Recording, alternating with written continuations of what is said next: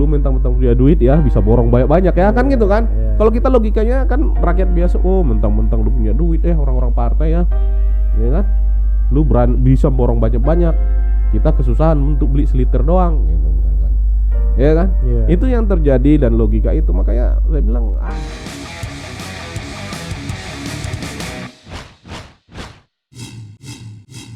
Selamat datang di channel Satrio Busido Library. Kita mau bahas soal kelangkaan minyak goreng, Bang. Jadi memang belakangan ini minyak goreng langka gitu kan. Kemudian juga hilang dari pasaran. Banyak berita beredar ada yang dijual ke luar negeri, tapi kemudian juga tahu-tahu ada 1-2 partai ini dia partai dia bisa melakukan operasi pasar gitu, atau bagi-bagi minyak goreng gratis, minyak goreng murah. Kok bisa partai ini punya channel minyak goreng tiba-tiba tapi di pasarnya langka? Ini punya pabriknya kali mereka. Punya pabrik. Ini menarik ya. Ini lagi-lagi kita harus bicara pemerintah. Dan harus bicara Menko juga gitu nih. Menko siapa, Bang? Menko banyak ini. Menko perekonomian lah. Menko perekonomian. Jadi kan gini, saya kan agak menggelitik ya berita ini kan, ini udah hampir masuk pekan ketiga kan. Ini tentang ini kelangkaan minyak goreng dan mahalnya ini. Di mana-mana itu pedagang ditanyain, pekerja waralaba ditanyain, kan apa ini menimbun begini begitu, ada berita ngantri.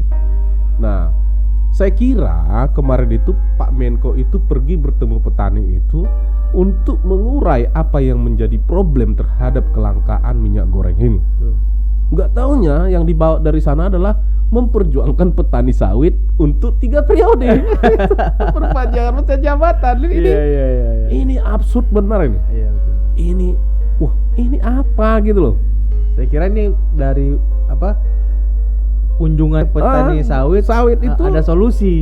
Mengurai di mana, akar masalahnya di mana. Karena ya Republik ini harus kita akui termasuk salah satu perkebunan yang sangat luas gitu kan. Perkebunan sawit yang sangat luas. Kita kemudian cukup kesal juga ya dengan banyaknya hutan dirubah jadi kebun sawit. Artinya ada alih fungsi yang selama ini dianggap dengan adanya alih fungsi hutan menjadi perkebunan sawit anggap akan melahirkan kesejahteraan. Itu kan anggapan yang terjadi selama ini kan.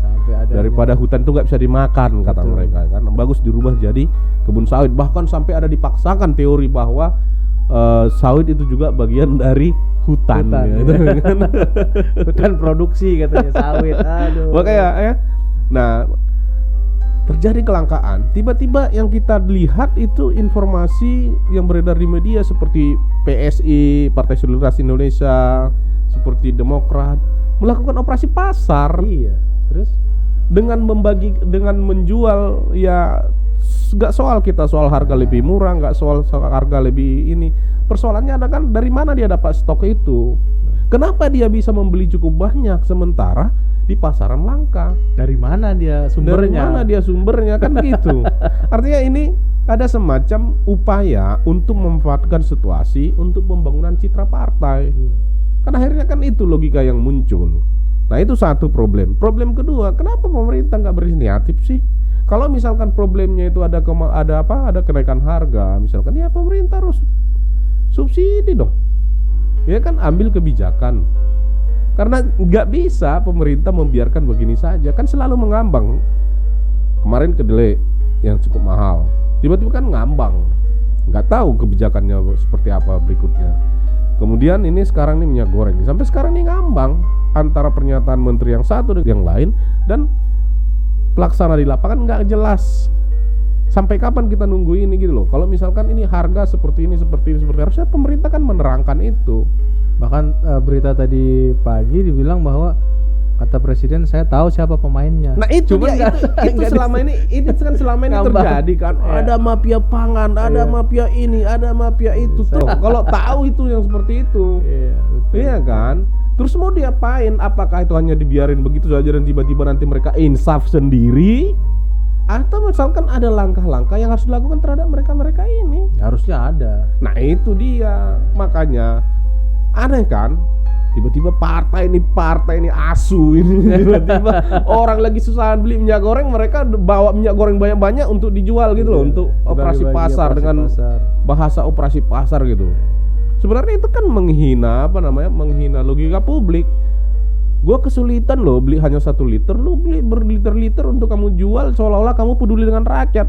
Mestinya kan dipilih partai politik mengambil peran, mestinya bukan di situ, tapi ruang kebijakannya ditekan gitu loh. Ruang kebijakannya diselesaikan. Bukan malah dia datang seperti pemadam kebakaran, menjadi semacam Mesias sindrom, dia datang juru selamat gitu. Yang hanya menyelesaikan masalah segelintir. Berapa luas sih bisa di-cover sama PSI, berapa luas di-cover sama Demokrat? Ada problem di seluruh Indonesia kok. Tapi ya kebijakannya, kalau dia misalkan partai oposisi, kebijakannya ditekan. Apa langkah pemerintah untuk ini? Ya kan? Bukan malah membangun citra seolah-olah dia jadi Mesias untuk menyelamatkan orang yang sedang kesusahan cari minyak goreng. Tiba-tiba ini kampret ini asu ini datang gitu loh. Tapi itulah panggungnya yang mau diambil Bang untuk 2024 ini. Kan begitu. Artinya investasi politik untuk pencitraan menuju 2024 itu ini momennya saat ini gitu kan. Terlepas dari adanya mafia-mafia yang kita juga masih belum dapat info dan faktanya yang nggak bisa kita bilang juga mafianya ABC. Presiden saja cuman bilang saya tahu mafianya, tapi nggak disebutkan gitu kan siapa orangnya. Dan mereka punya sumber. Ya ini jadi panggung politik. Iya, maksud saya itu jadi panggung politik. Kemudian rakyat semakin tidak menyadari lagi sebenarnya posisi dia itu sudah tidak dibutuhkan atau sudah tidak diperhatikan oleh partai politik lagi. Partai politik hanya datang untuk membangun citra kepedulian dengan orientasi atau dengan tujuan agar seolah-olah mereka peduli dengan situasi ini. Ini belum seberapa nanti kalau tiba-tiba misalkan kenaikan barang-barang yang lain, kenaikan BBM, apalagi yang harus dilakukan gitu loh. Rakyat harus apa lagi? Apa mau operasi pasar lagi? Kalau misalkan BBM naik, misalkan operasi pasar lagi BBM, mau seberapa triliun untuk operasi pasar? Tiba-tiba gitu. BBM hilang ya kan? Mau operasi pasar lagi. Iya kan? Ini aku bilang ini kekacauan ini selalu dijawab karena ini Covid, karena ini situasi dunia begini begitu. Maksudnya itu apa solusinya dengan situasi ini? Apakah misalkan ya udah rakyat sabar-sabar aja deh. Tunggu aja nanti indah pada waktunya. Apakah itu yang mau disampaikan? Itu mah domainnya pemuka agama. Kalau indah pada waktunya, sabar. Iya, maksud saya itu mereka domain pemerintah, harusnya kebijakan dong. Iya, makanya saya bilang apakah itu yang harus disampaikan pemerintah? Atau mencari alternatif kebijakan yang bisa membantu keadaan sekarang? Kan itu. Karena kan harusnya itu yang dilakukan oleh partai-partai, itu yang harus dilakukan oleh ya kalau kabinet udah pasti itu tujuan dia, itu yang penting. Tapi partai-partai di pemerintah, khususnya partai-partai koalisi, kan mestinya itu yang dilakukan, bukan malah melakukan operasi pasar dengan membawa minyak goreng yang sekian banyak itu loh ya. Itu kita kesel ngeliatnya ya. Kesal. Wah, ini orang-orang harusnya gitu. Mereka kan menjaga stabilitas harga, kepastian barang-barang di pasar tidak hilang, walaupun dia situasinya nanti. Di situasi Lebaran hilang, harga naik. Di situasi Natal hilang, harga naik. Dan paling sebelnya itu legislatif kenapa nggak bersuara sih? Malah yang sibuk urusin perpanjangan masa jabatan presiden. Iya. Atau jangan-jangan ini kelemahan kalau misalkan partai koalisi itu terlalu gemuk. Sehingga mereka di DPR atau di legislatif tidak berani bersuara lagi terhadap kebijakan yang memberatkan rakyat di eksekutif. Ya bisa oposisinya kan? Kecil. Pertama oposisinya kecil. Terus yang kedua oposisinya tingkah oposisi malah bagi-bagi atau bikin operasi pasar dengan bawa minyak goreng, kan itu oposisi apaan gitu loh. Ya kan? Itu kan sama aja dia membuat dirinya itu, lu mentang-mentang punya duit ya bisa borong banyak-banyak ya kan gitu kan.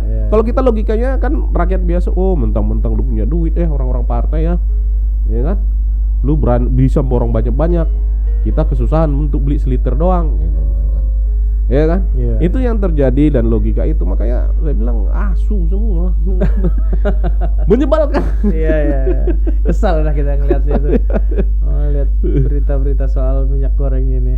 Lama kan? Iya. Itu Terus dan diayun, terus kayaknya ini terus dijaga ini apanya ini? makanya Isunya ini. makanya itu yang anehnya itu dalam situasi seperti itu, dalam suatu situasi ekonomi seperti itu, dalam situasi gonjang-ganjing ekonomi, persoalan harga, malah Menko Perekonomiannya bukan mengkonsolidasikan kabinet ini bawah dia untuk bagaimana menyelesaikan problem yang terjadi sekarang. Yang terjadi malah ngurusin konsolidasi perpanjangan masa jabatan presiden. Kita ini mau ngapain? Mau bernegara atau kita ini mau membangun geng masing-masing gitu loh. Iya kan? Kesal kita. Ya, semoga lebih cepat lah masalah-masalah seperti ini diselesaikan. Saya kira abang bilang semoga lebih cepat lah ganti presiden. Oh, iya. Bisa dipidana bang, ya kan? Jangan bang, nanti abang dipidana. Loh, Iya. kalau ganti presiden di 2024 ya Iya, pastilah. Kan iya. kita kan dukung 2 periode aja sesuai undang-undang saat ini, Bang. Iya, kalau semoga lebih cepat itu kan berarti Oh, itu udah. itu ada konotasi tidak mau menunggu sampai 2024. Tendensinya bisa ada Terindikasi seperti itu. makar gitu ya. Terindikasi makar, bisa bang ditangkap. Janganlah. Iya kan? Makanya diklarifikasi, diselesaikan. Iya. Bagian dari demokrasi. Bagian- Seperti apa yang dikatakan oleh beliau Iya. Walaupun bertentangan dengan konstitusi, bagian dari demokrasi katanya. Beliaunya siapa? Ya, you know lah. Teman-teman yang jawab ya, netizen. Siapa beliaunya itu? Oke bang, Oke. mungkin itu aja masalah minyak goreng ini. Yang pasti yang melakukan, bagi saya itu yang melakukan operasi pasar partai-partai ini, kalian tidak punya hati. Kalian itu hanya mau mencari kesempatan dalam kondisi rakyat terjepit. Ya kan? Sering-sering lah kalian bikin kayak gitu. Iya. Maka kalian bukan bakal dapat simpati, tapi akan ditinggalkan oleh rakyat. Percaya itu. Iya. Siap. Ini Rakyat makin tidak percaya dengan ada yang bisa kapasitas dipercaya. kalian di partai kayak begitu. Bukan menyelesaikan persoalan, malah sok-sok jadi mesias ya kan? Iya.